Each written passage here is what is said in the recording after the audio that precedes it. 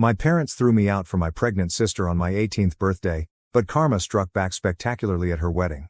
Allow me to illustrate the dynamics of my family for you. My name is Deborah, and I was born into a family who publicly called me their midlife mistake. My dad, Michael, 65 million, is a middle management who never challenges my mom, Karen, 63, who is a career-obsessed corporate juggernaut. Then there is my sister, Jennifer, 32F, who has never given a damn about me and is 14 years older than me. I was an unwanted surprise when I entered this world. When mom found out she was pregnant at age 45, she initially assumed it was menopause. She desired an alternative answer, but by the time she met a doctor, it was too late. My arrival wasn't the consequence of a loving parental decision, based on what I've pieced together from overheard discussions and family whispers. I spent more time in the hospital than at home because I was born prematurely and had multiple health problems. Mom never paid much attention, constantly saying she had meetings that were too important to miss. Dad and my Aunt Rachel alternated in keeping an eye on me. Aunt Rachel has become the family's saint. Rachel was there, speaking encouragement through the incubator while my mother was probably closing deals. "You're going to be just fine, little one. You're stronger than you know." I still think about those words when things get hard. Upon my eventual release from the hospital, my grandfather George took over once more. After determining that our home was insufficient for 2 children, he purchased a brand new 5-bedroom mansion with an enormous backyard in one of Boston's greatest neighborhoods.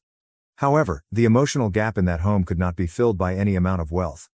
The immaculate white carpeting, high-end furnishings, and carefully chosen artwork made growing up there feel like living in a museum. I knew right away that I wasn't a part of the display and was an unwanted artifact. When I was 5 years old, I have one of my best memories. On this Take Your Child to Work Day, my classmates were all thrilled to go to their parents' places of employment.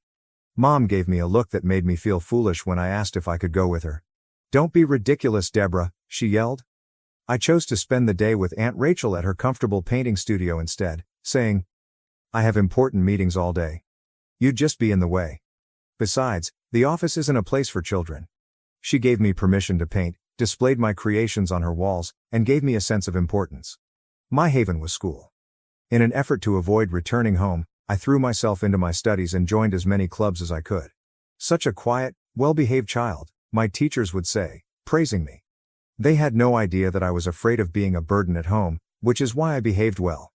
Even during her brief holiday visits, Jennifer's lack of interest was evident, even though she was already enrolled in college when I entered elementary school. During the holidays, she would come in and tell me about her wonderful college experience, without mentioning me other than to gripe about how her old room had turned into my messy kid space. Grandpa George did his best to make up for my parents' lack of interest. Every few months, Dad would travel from Canada to visit, always bringing thoughtful presents like art supplies, books he knew I would enjoy, and other items that demonstrated his genuine interest in me. However, his presence was insufficient to address the underlying dysfunction in our family dynamic. In essence, Mom's approach to parenting was to spend money on issues and hope they would go away. Lessons in dance? Yes. Tutoring in private? In any case, attending my performance or parent-teacher conferences in person? Sorry, important meeting, can't reschedule. I received the same apathetic reaction for every accomplishment I made. "That's nice, dear. Dad wasn't much better. Now please be quiet, I'm on a call." It turned out that his promise to Mom that he would assist her with me if she chose to have me was a hoax. He was never too tired, or too busy, to hang out with me. I once tallied how many times he used his favorite phrase, "Not now, Deborah," in a single weekend, 17 times. I can still recall my 10th birthday. Naturally, Mom and Dad forgot. Without even asking what I would desire, they hurriedly ordered a pricey cake and threw money at me when Aunt Rachel reminded them. Jennifer never gave a call. The only actual celebration took place the next day at Rachel's house, when she set up a small gathering with homemade cake and decorations that she knew I would adore. I became increasingly aware of the truth of my circumstances as I grew older. I pieced together the facts from bits and pieces of drunken confessions and whispered disputes that I shouldn't have overheard. When I was 12, I overheard my parents arguing about me one evening. Mom, who was likely drinking her 3rd glass of wine, said, "She's just so demanding. Needing something, always wanting attention." I did not sign up for this. "How do you want me to handle this?" Dad retorted. "We can't really give her back." I began spending much more time at Aunt Rachel's after that. Her modest yet comfortable home became my actual residence. She would listen to my issues, help me with my homework, and teach me how to cook. All of the duties that parents are expected to perform. On the weekends, we would work on creative projects, bake cookies, or simply chat about life. She would inquire about my aspirations, anxieties, and future goals, things that my own parents never bothered to find out about. As the years passed, the gap between my life at home and my time with Rachel grew more pronounced. I was Debbie at Rachel's, loved, respected, and heard. I was Deborah at my parents' house, the misfit, the trouble, the unwelcome one. I discovered how to exist in these parallel universes, flipping between them like a television channel. Naturally, Grandpa George noticed. In order to guarantee that I would have assets of my own when I turned 18, Dad began making direct deposits into a private account on my behalf. With a knowing expression, he would say, "Just in case." I didn't realize at the time how prophetic those comments would turn out to be. The world can be unpredictable. It's interesting how life can throw you a curveball when you least expect it. When my parents dropped a bombshell on me, I was 18, counting down the days until I could leave for college, and struggling to get by each day in the emotional wasteland that was my home. "Deborah," Mom continued in a very upbeat tone, "we have amazing news. Jennifer, your sister, is pregnant and getting married. We're going to be grandparents," Dad added with a foolish smile. Wondering why they were telling me this as though I should be ecstatic, I forced a smile. "That's fantastic," I said. Mom went on, "We're going to be very busy preparing for the wedding," oblivious to my lack of excitement. Their eyes flitted to my bedroom door, and then all of a sudden everything fell into place. Jennifer and her husband will need space for the baby when they move in with us after the wedding. It all made sense. The measuring tape I had seen in my room, the whispered discussions I had been overhearing, and their strange interest in my college aspirations. They were preparing for my departure as well as Jennifer's return.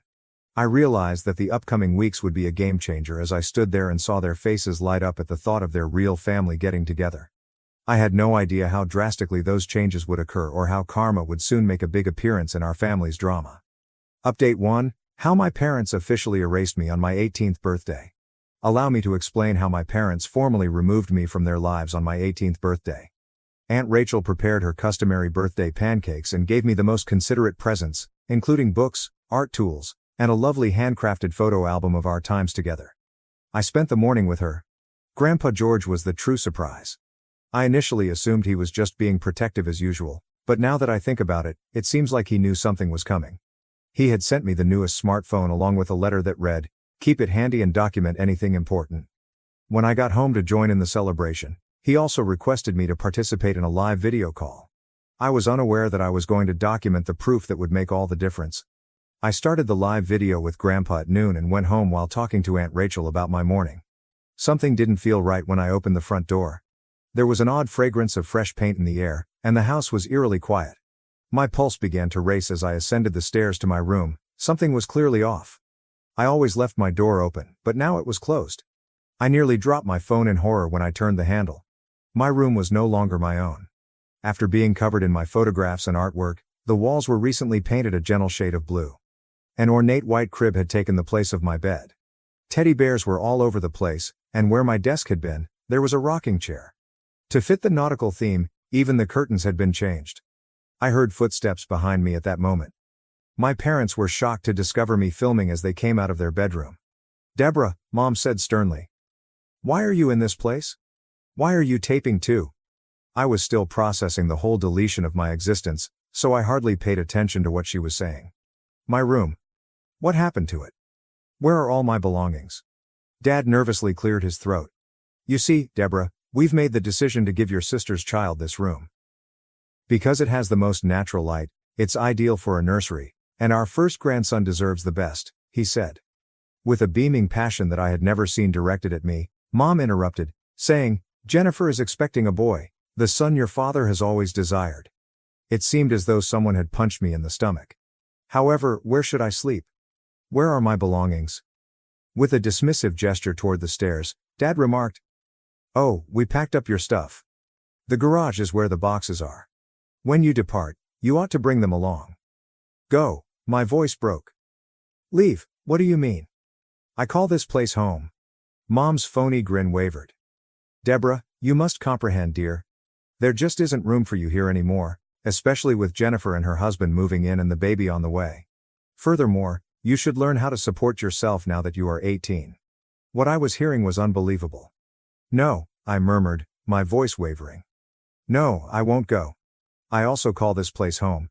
You can't just ignore me like I don't exist. Mom finally lost her temper and said, "For heaven's sake, Deborah. Avoid being tough. This is about family, not about you." "I am a member of your family." Tears were flowing down my face as I yelled. "I am your daughter. My birthday is today, and you're throwing me out. Did you not even realize it was my birthday?" Dad rolled his eyes. "Is it your birthday? Is it the purpose of this outburst? We have no time for such nonsense." Their indifference struck me like a blow to the body. Mom looked anxiously at my phone, which was still filming everything, while I was crying. "Stop causing a commotion," she growled. "The neighbors will listen." "Well done," I fired back. "Give them permission. Make it clear to everyone your true character." Dad's fingers dug cruelly into my arm at that moment. He snarled, "That's enough," and pulled me to the stairs. "Leave right away and don't return." After a last shove, I was on the front porch with my stuff in hurriedly packed boxes. With a finality that reverberated in my bones, the door slammed behind me. I'm not sure how long I sat there crying, but Grandpa George's voice finally broke through my tears. "Are you there, Deborah, my love? I witnessed everything. Don't worry, we'll resolve this. For now, go to Rachel's, shall we? And be careful with the video." Having witnessed the entire event via Grandpa's shared live broadcast, Aunt Rachel was already waiting at her door when I got there. For the first time that day, I felt secure as she drew me into a strong embrace. Rachel insisted that my birthday be celebrated. She ordered my favorite meal, invited some of my closest friends over, and made every effort to make the day memorable. We all understood, however, that this was about more than just a botched birthday celebration. It was about my whole existence being completely upended. Grandpa George sent me an email that night when I was lying in bed in Rachel's guest room, which she started referring to as my room right away. He had a strategy, and his lawyer had saved and certified the live stream footage. He wrote, "The wedding is in 3 days. Be prepared. Karma occasionally requires a little assistance to get going." I didn't realize at the time how correct he was, or how spectacularly karma was about to hit. Update 2, Jennifer's wedding is the target of karma. Aunt Rachel demanded that we go to Jennifer's wedding even though we weren't invited. She helped me into a gorgeous blue frock she had purchased for the event and remarked, "We have every right to be there." Besides, we were specifically invited by Grandpa George. As soon as we walked into the reception area, I saw Grandpa. I felt uneasy since he was sitting at a table close to the front, looking sharp in his pricey suit. His exact plans were kept a secret from me, as he wanted to be prepared for some justice. As my parents had imagined, the ceremony itself was picture perfect. In her expensive gown, Jennifer looked stunning, and her new husband appeared to be a kind guy, although a little overwhelmed by the extravagance. Throughout the ceremony, Mom and Dad looked like the ideal family they had always envisioned, beaming with delight. As my parents worked the room throughout the reception, boasting about their expecting grandson and pregnant daughter, I observed from a corner table. They presumably hoped we wouldn't cause a commotion by deliberately placing us at the farthest table. If only they were aware of the impending danger. Grandpa George abruptly rose up during the celebratory supper as the congratulatory remarks got underway. The astonished best man handed over the microphone to him as he marched to the front of the room. There was silence in the room. He opened with the serene authority that only comes with age and wealth. "Ladies and gentlemen, I'm sorry to disturb this happy occasion, but there is a serious injustice that must be addressed. I have never seen a takedown as deliciously vicious as the one that followed." Grandpa meticulously described every aspect, from my parents' early denial of my existence to their recent eviction on my birthday. On the projection screen in the reception area, he presented a few selected segments from the live feed, allowing everyone to see their actual hues in high definition. He roared, "These people threw their own daughter out like garbage on her 18th birthday to make room for their new grandson. Keep an eye on this." The film showed Dad's physical aggressiveness and Mom's contemptuous cruelty. The guests' faces shifted from bewilderment to surprise to indignation. In fact, a few of Mom's best friends stood up and left. As she watched, Jennifer's mascara trickled down her cheeks, making her new spouse appear more uneasy. Grandpa wasn't done when Mom, her face flushed, tried to intervene. His voice was as frigid as ice when he turned to face my parents. "Let me state this unequivocally, I am altering my will. I will give Rachel and Deborah every money I have. Jennifer, Karen, and Michael, you're all totally disconnected. The investment accounts, the trust monies, everything, disappeared." The outcome was instantaneous chaos. Mom cried out in a choked voice, Jennifer wept about the future of her unborn child as Dad's face became a frightening shade of purple. The biggest surprise, though, was when a number of Dad's business associates got up and walked away, pointing out their business cards to Grandpa as they went. As you can see, my parents were unaware, or had conveniently forgotten, that Grandpa was not only rich but also a significant investor in a number of businesses, including the one where Dad worked and many of Mom's most important clients. Grandpa had a significant impact on both their business and social networks. Mom's well-cultivated social circle started apologizing and departing as we watched. Suddenly, Dad's coworkers were unable to look him in the eye. Jennifer's in-laws appeared to be having a heated argument while gathered in a corner. When Jennifer's new husband got up and declared he needed some air, it was the last straw. He still hasn't returned. He is reportedly speaking with divorce attorneys because he doesn't want to be associated with a family that has such a well-publicized problem. The best thing, though, is this. Do you recall the business cards that people were giving to Grandpa? As it happens, a number of Dad's colleagues had been searching for fresh investment prospects. By the end of the evening, Mom's clientele was beginning to appear extremely slender, and Dad's business had lost 3 significant investors. Grandpa smiled at me contentedly as we walked out of the celebration. Letting people ruin themselves is sometimes the best kind of retaliation, my love. All I did was make sure their audience was appropriate. Since then, my parents have been bombarding my phone with frantic messages about understanding, forgiveness, and family. They even attempted to break into Rachel's house yesterday when they arrived. I made the decision that enough was enough at that point. After glancing at Rachel, I made the choice that would alter everything. I want you to be my legal guardian, I replied. Our lawyer claimed it was almost a slam dunk with the video proof we had, and the paperwork was already underway. The reputation of Mom and Dad was in ruins. Their financial future appeared bleak, and they had been abandoned by their social group. At the time, Jennifer was residing with our parents. Her idyllic life was falling apart around her, and she was being shut out by her husband's family. As they say, karma is a wonderful thing. Tomorrow, I'm going to file for a restraining order. It should be an easy win because of the video proof of Dad's physical assault and their emotional abuse. If we wish to pursue a civil complaint, our attorney thinks we have sufficient funds for one as well. Grandpa George wasn't joking when he said that karma needed a little assistance occasionally, but it was worth every tear I ever shed because of my parents to see their meticulously maintained facade fall apart. Third update. I'm finally prepared to discuss how the wedding went, even though the effect has been utterly devastating. Karma did more than simply strike back. It composed a symphony of justice that would make any fan of vengeance cry with delight.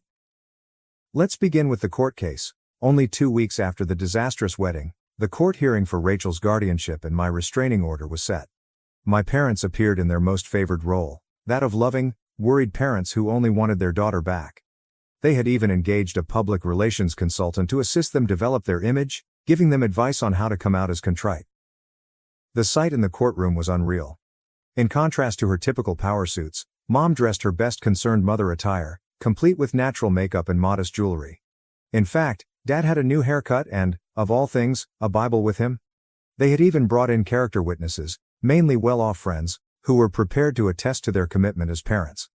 They weren't ready for what we had though. In addition to the birthday video, our lawyer provided years' worth of financial documents that demonstrated how they had misappropriated the assistance funds that Grandpa had been sending for my upbringing.